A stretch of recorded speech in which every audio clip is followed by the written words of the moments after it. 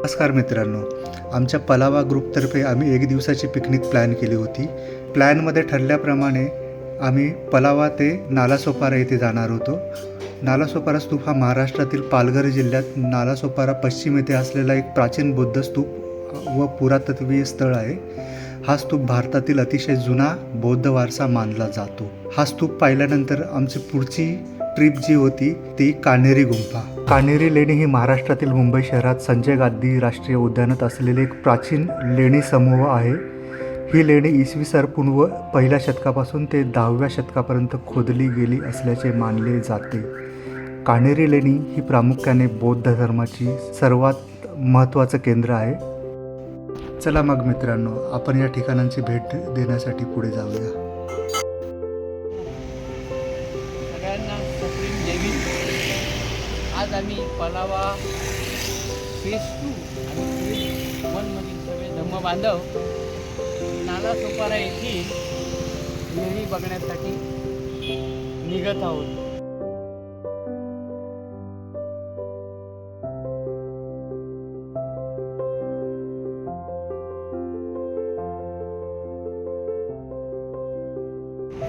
आता आम्ही मध्येच प्रवासात जोगे शिवणी मिसळ आणि भेळ या हायवेवरील थांबून सगळ्यांनी नाश्ता वगैरे चहापान वगैरे केलेलं आहे. आता आम्ही थोड्याच वेळात पुढील प्रवासाला निघत आहोत.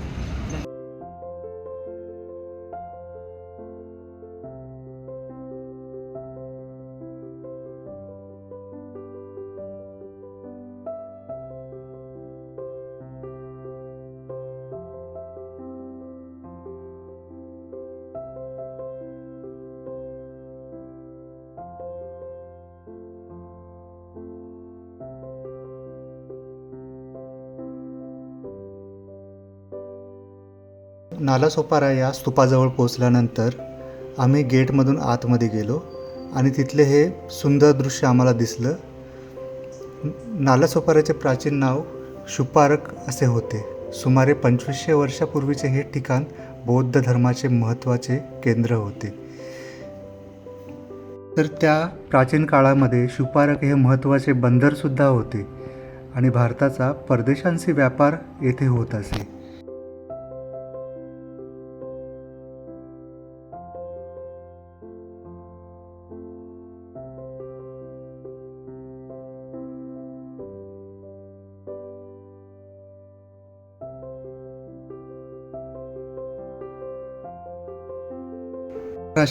साली येथे उत्खनन करण्यात आले होते आणि या उत्खननात बुद्धांच्या 8 कांस्य मूर्ती, अवशेष, पेट्या आणि इतर पुरातत्त्वीय वस्तू सापडल्या होत्या.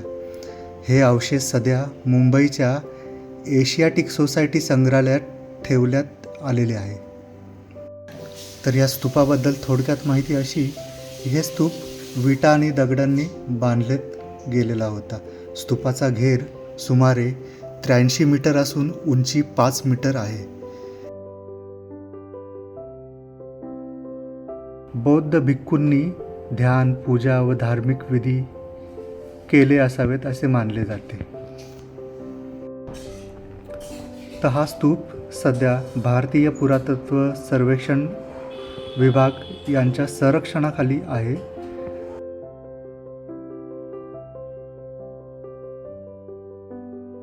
आणि येथे ठिकठिकाणी तुम्हाला बुद्ध मूर्ती आणि माहिती फलक लावलेले दिसतील.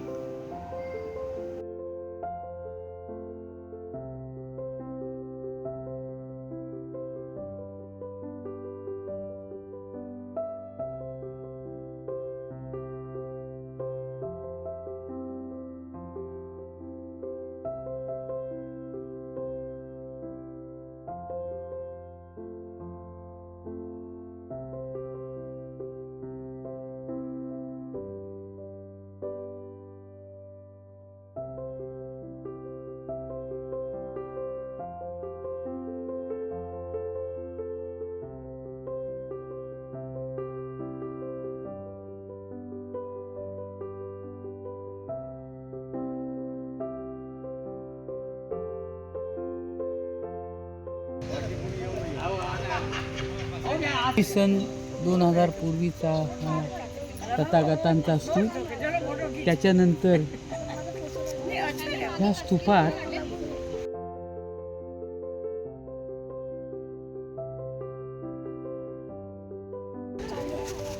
स्तूपात सापडलेल्या या प्राचीन तथागतांची मूर्ती इथे बाहेर आणून स्थापित केलेली आहे आणि स्तूप सध्या भग्नावस्थेत आहे. वास्तू प्रत्येकाने येऊन या ठिकाणी भेट द्यावी. निश्चितच आपल्या धम्माबद्दल लोकांना जाणीव व्हावी म्हणून आम्ही सुद्धा इथे भेट देऊन सगळ्यांना विनंती करत आहोत. शक्य होईल त्यांनी या वास्तूला येऊन भेट द्यावी. संगमित्रा ये दोनों आने के बाद तो फिर ये श्रीलंका जाने का रूट ही बन गया था. इथून ते हे नाही गेलं, रूट ही नहीं ते बंदर होतं ना साहेब. हां, नालासोपारा बंदर. नाला सुपर बंद होतं. साहेब नाला की सोपारा? सोपारा बंदर. सुपार हा. तर या बुद्ध स्तूपाच्या आवारात फेरफटका मारून आम्ही इथे बुद्ध वंदना घेतली.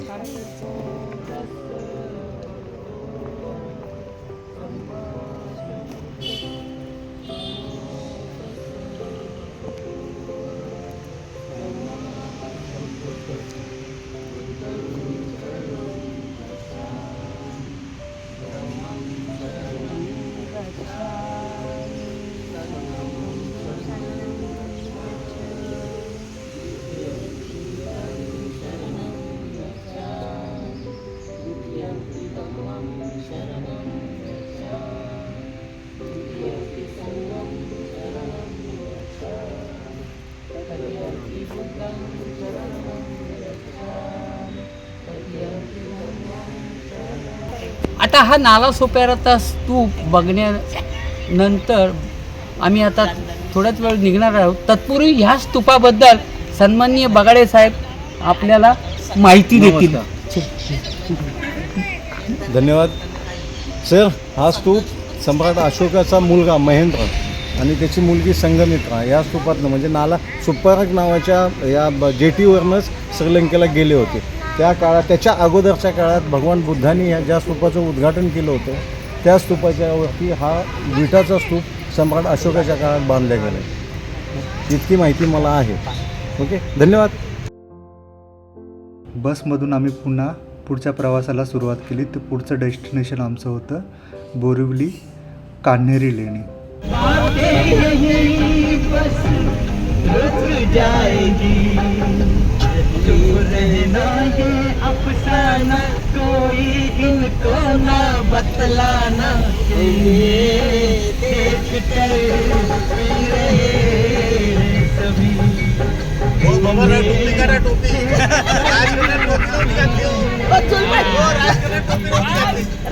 संजय गांधी राष्ट्रीय उद्यान या ठिकाणी आम्ही पोहोचल्यानंतर कान्हेरी गुंफे येथे जाण्यासाठी एंट्री फी आकारली जाते. ती प्रौढ लोकांसाठी 150 रुपये आणि लहान मुलांसाठी 100 रुपये याप्रमाणे आकारले जाते. आणि जर तुम्ही इलेक्ट्रिक बसने जर प्रवास करणार असाल तर प्रौढ लोकांसाठी 100 रुपये आणि लहान मुलांसाठी 50 रुपये दर आकारला जातो.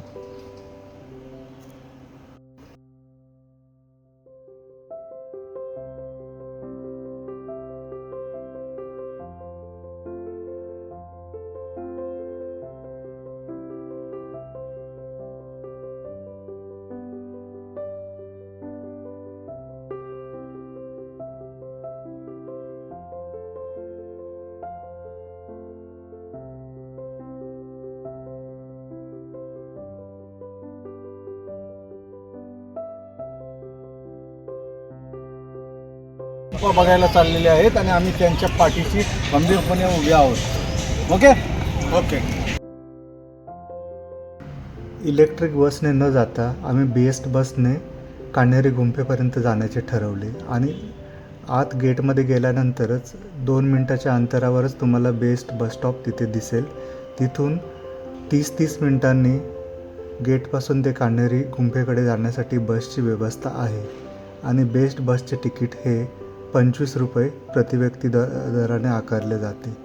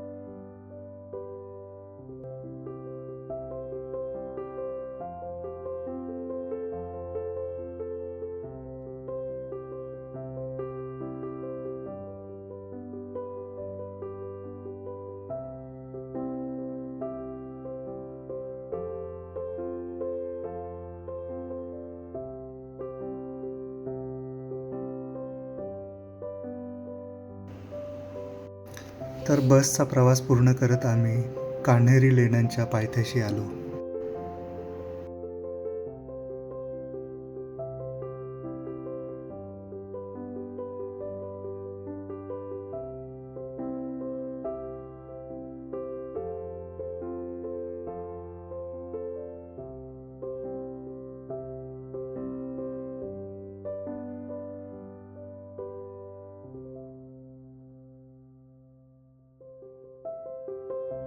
तर वर चढून लेण्यांकडे जाण्याच्या आधी आम्ही दुपारचे जेवण करण्याचे ठरवले आणि खाली लेण्यांच्या पायथ्याशीच आम्ही एका ठिकाणी जागा पाहून आमचे दुपारचे जेवण आटपून घेतले. तर जेवणासाठी टिफिन सर्वांनी आणलेलेच होते. तर वनभोजनाचा आनंद घेऊन आम्ही पुढे लेण्यांच्या दिशेने निघालो.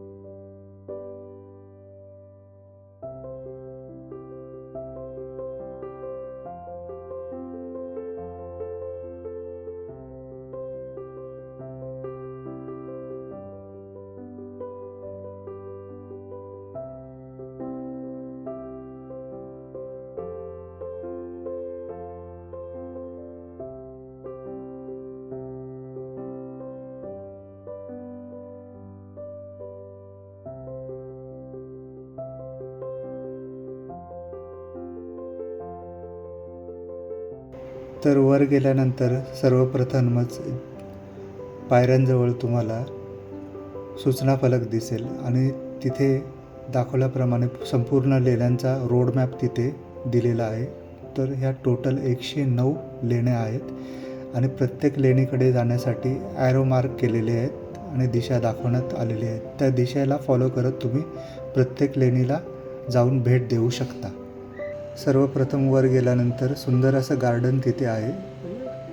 भारतीय पुरातत्व खात्याने हे उत्तम प्रकारे ह्याची देखरेख करण्यात आलेली आहे.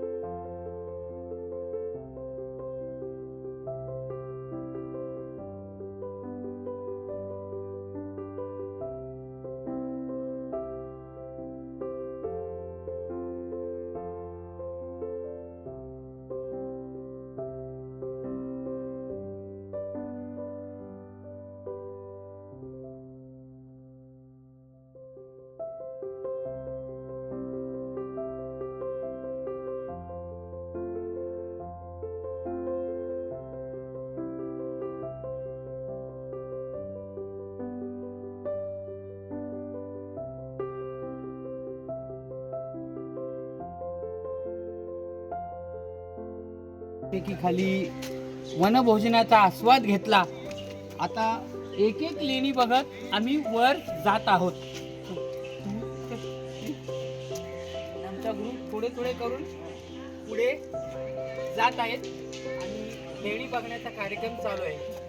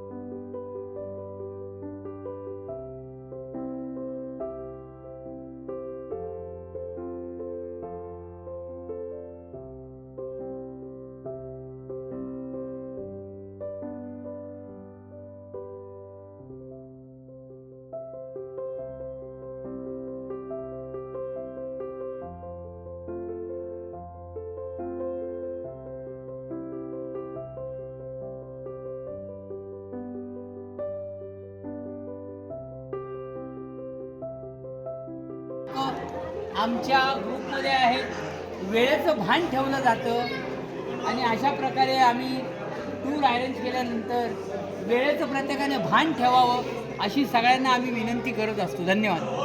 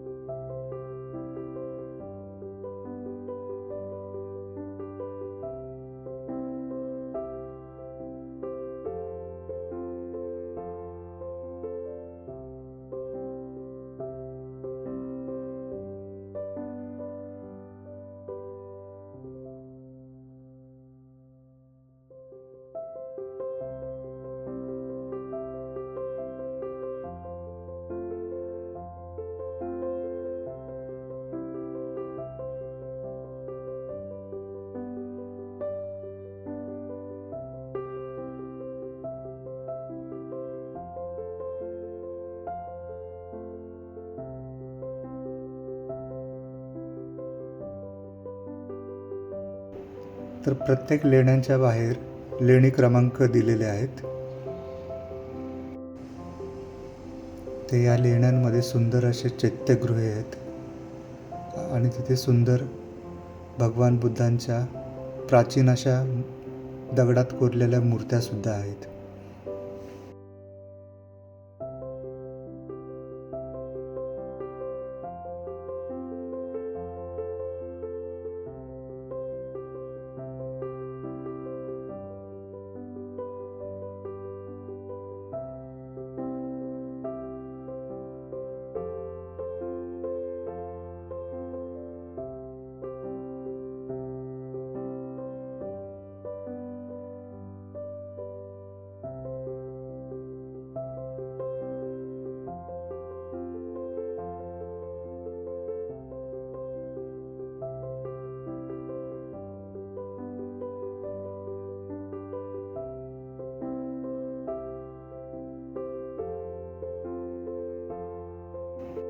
एका लेणीकडून जाण्यासाठी दुसऱ्या लेणीकडे जाण्यापर्यंत रस्तेही खूप सुंदर आहेत आणि प्राचीन काळी बनवण्यात आलेल्या पायऱ्या अजूनही अस्तित्वात आहेत.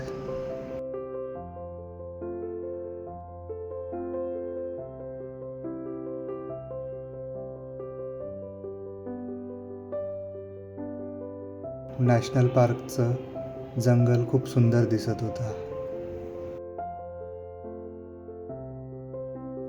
तर डोळ्यामध्ये हे सुंदर दृश्य टिपत आम्ही पुढे लेणी पाहण्यासाठी पुढे वाटचाल करत होतो. तर कान्हेरी लेणी ही बुद्ध धर्माची सर्वात महत्त्वाचे असं स्थळ आहे. येथे बौद्ध भिक्खू ध्यान, शिक्षण आणि निवास करत असत.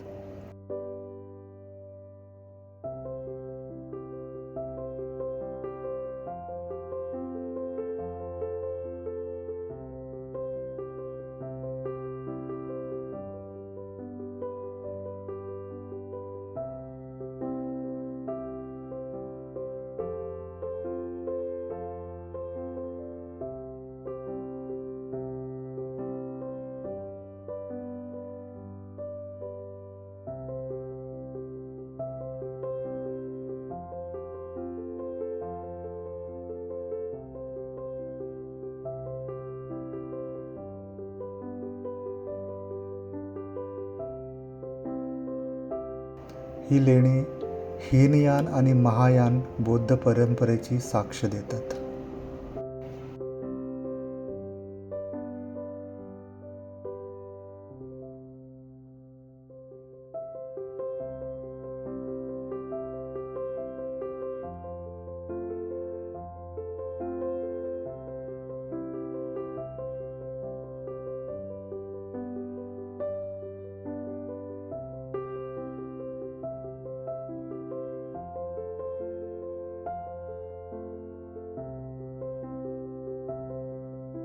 तर मित्रांनो, ह्या संपूर्ण 109 लेण्या जर तुम्हाला एका दिवसात पाहायच्या असतील तर सरासरी 4 ते 4.5 तासाचा वेळ तुम्हाला इथे द्यावा लागेल.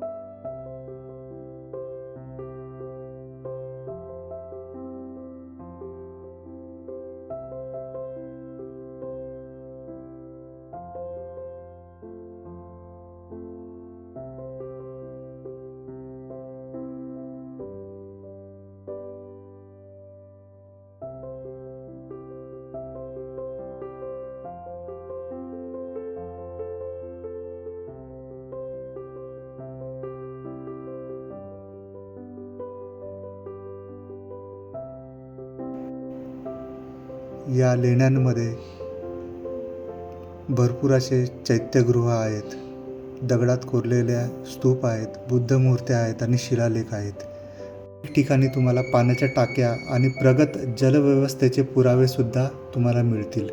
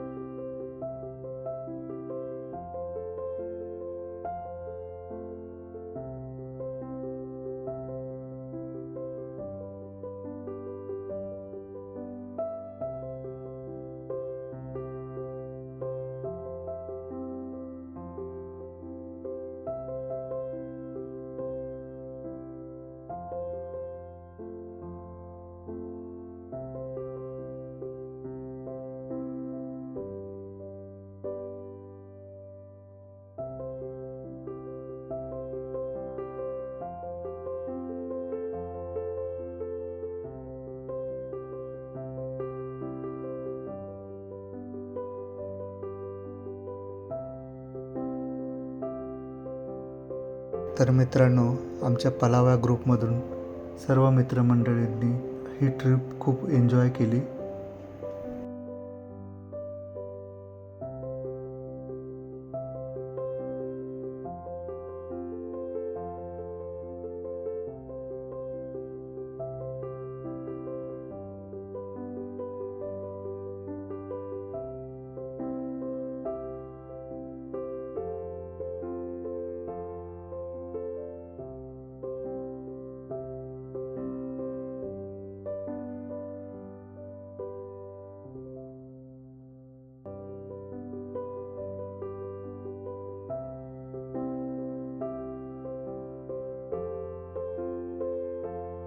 धार्मिक सहलीचं असे लोखंडे साहेब म्हणतात सांगता होत आहे.